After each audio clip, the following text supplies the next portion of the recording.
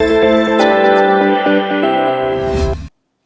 पिछले दिनों इंदौर नगर निगम की बहुत बड़ी लापरवाही सामने आई थी, जिसमें बुजुर्गों को शहर के बाहर भेजा जा रहा था।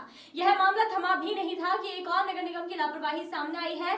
गौरतलब है कि पिछले कुछ वर्ष पहले नगर निगम सीमा में 29 गांव का एकीकरण किया गया था, जिसमें सभी वेद अवैध कॉलोनियों को शामिल किया गया था। उसी को लेकर एडवोकेट प्रमोद कुमार द्विवेदी ने कई आश्चर्यजनक खुलासे किए, जिसमें नगर निगम के अधिकारियों की लापरवाही सामने आई।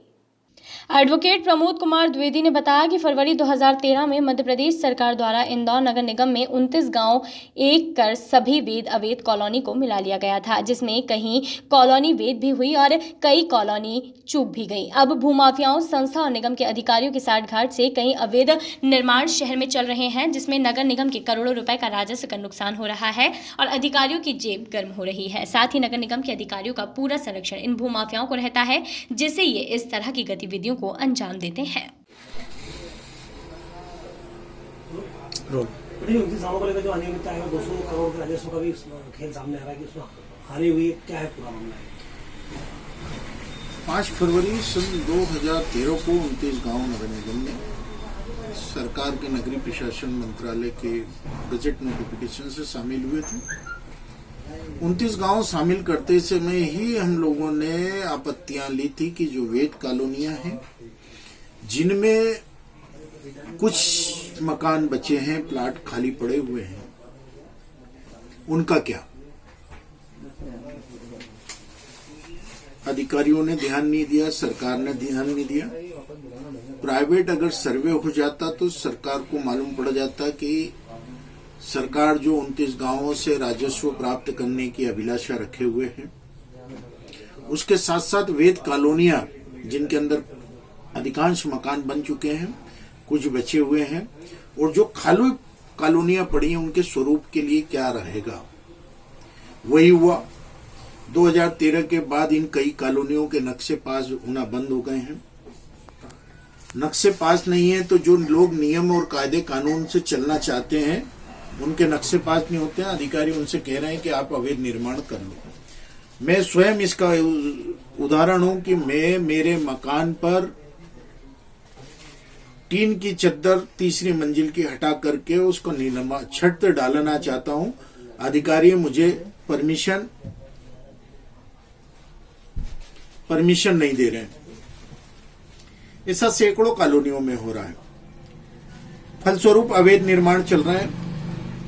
इस अवैध निर्माण के कारण एक और अधिकारियों की जेब भरी जा रही है, दूसरी ओर आम आदमी प्रताड़ित हो रहा है।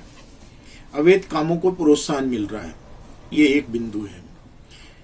दूसरा बिंदु यह है कि इसमें ग्राम पंचायत के पुरानी तारीखों के नक्शों के आधार पर खेल खेला जा रहा है।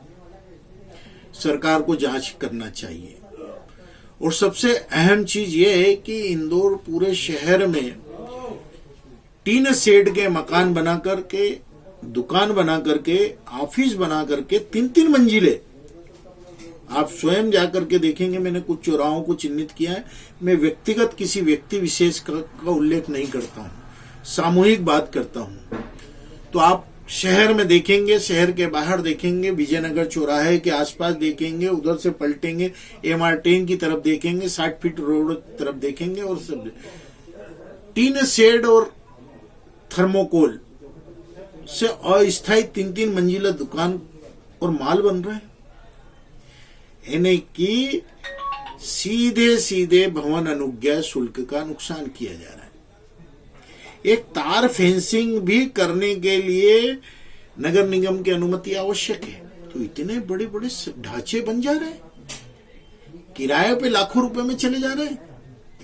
तो ये जो भवन अनुज्ञा और पटरी शुल्क कारपोरेशन को मिलना चाहिए, कम से कम 200 करोड़ से अधिक का नुकसान इंदौर नगर निगम के द्वारा हो रहा है।